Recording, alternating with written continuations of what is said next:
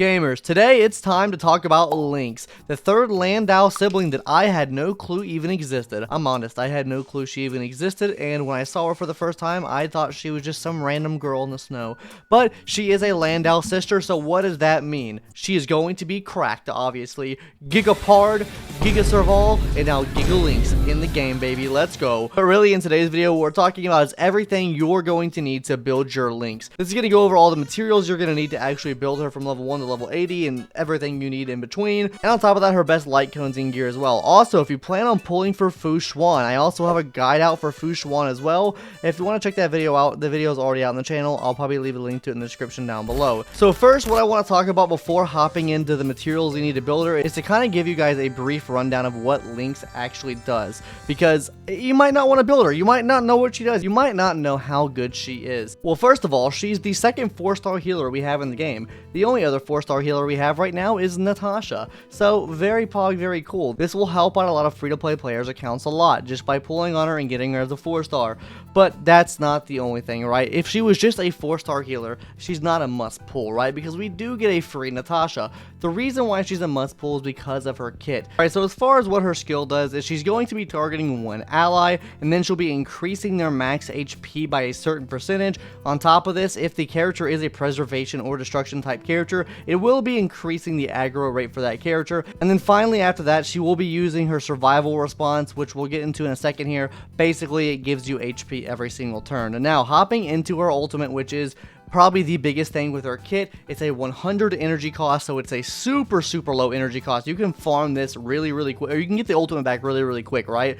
So it's going to be dispelling one debuff from all allies. So think of Natasha having to use her skill to remove debuffs. Now let's just look at her, and she just uses her ultimate and then dispels everyone's debuff on the team, or at least one of them anyways. And then on top of that, she'll of course be healing the whole team as well, and that healing is going to scale off of her max HP. And then finally, her talent, which actually plays a pretty big role on top of this all. Whenever LYNX use their skill or ultimate, she applies continuous healing to the ally for 2 turns, and then they'll be restoring like a certain amount of their HP every single turn. And then if they have survival response on them, which means if you use the skill on them, they'll also be restoring additional HP every single turn as well. So yeah, like I said, her kit is really cracked, and this is why you should be getting her, really because of her ultimate, really low energy cost, removes debuff from all allies, and then you can increase the aggro rate upon your tanks. Super good, super cracked. But let's go ahead and talk about everything you're going to need to build her now, talking about the actual cost of building her.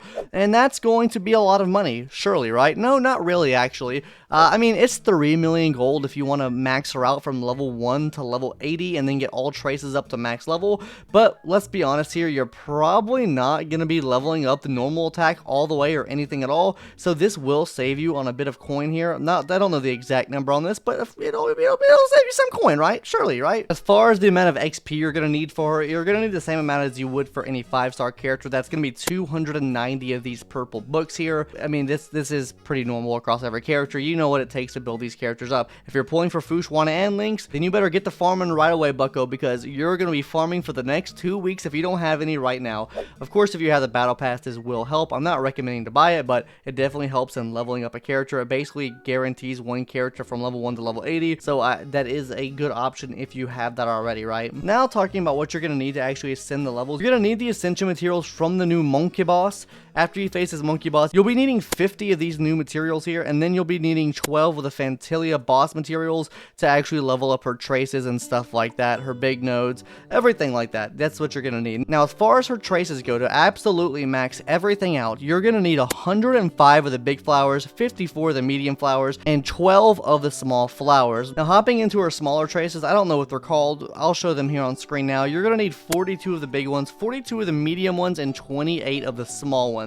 So, I mean, I think most players probably should have this, especially if you've been playing since like day 1 or even for like a couple months. You probably should have a lot of these, right? But yeah, that's what you're gonna need to build her up. Now, we're not gonna be talking about the cost to build a light cone because yeah, the light cones are different depending on what light cone you need, right? She doesn't have like a signature light cone that she has, so we're not going to include that here.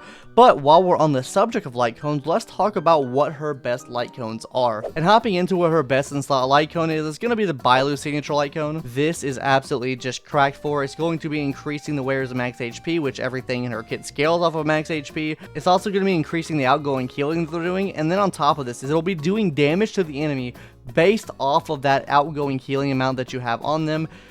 We'll get into how you want to run her, the stats you want to run for her, main stats and relics and stuff like that in a while, but this is just really good for her, right, because her main focus is just healing the team, right, so you just want to focus as much on healing as possible. Now, I know everyone doesn't have this light cone, so let's go ahead and talk about what her second best in slot is, and honestly, you could go multiple different ways with this.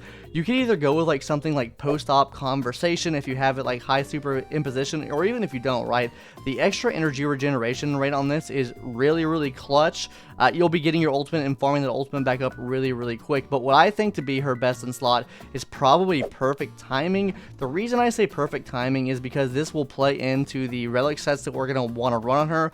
The extra effect resistance will just help her out and not get CC'd. On top of this, it's going to be increasing the amount of outgoing healing that she does, so really clutch. It provides a lot of healing for the team and can really help the team out, right? And then finally, the best free-to-play option is a quid pro quo, which is... it's okay, it's not that good. I mean, at S5, it gives 16 energy to a random ally, but if all your allies are above 50%, it doesn't really matter. Also, this doesn't give energy to herself, so it doesn't benefit her at all, but this is the only free-to-play option we have for her. You could technically, outside of this, run like Cornucopia just to increase the outgoing healing amount.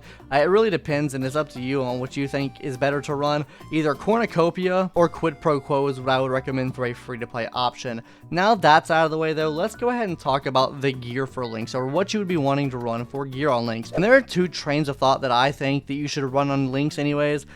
Me personally, I will probably run Lynx with a 4-piece speed set just to be giving speed out to the team as much as possible. She will be ulting a lot, meaning you'll have a lot of uptime on the speed buff that the Hackerspace set does provide.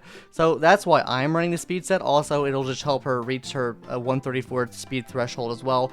And that's what I'm going to run. Also, alternatively, if you don't want to run a 4-piece speed set, you could just run like a 2-piece Hackerspace and 2-piece of like the Passerby or something like that to get the extra outgoing healing. That's also an option to run. Some other options you could run, and I think another very viable option, is a 2-piece Longevious Disciple and 2-piece Passerby of the Wandering Cloud. This is just going to help you out. It gives her more max HP, which increases her healing overall because, you know, everything scales off of max HP. And then finally, it's going to increase that outgoing healing amount, meaning she's just giving the team more healing.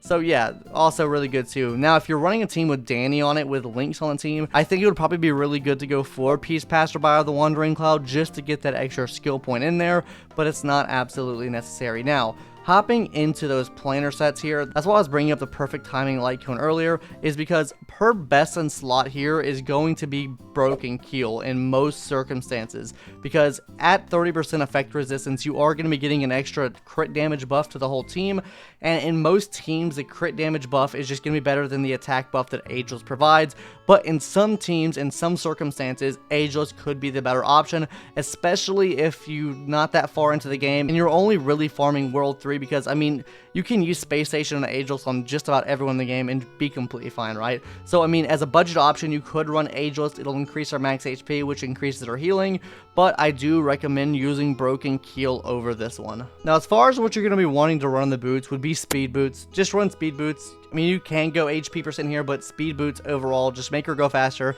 generate more skill points for her, make her go more so she's charging up her ultimate faster.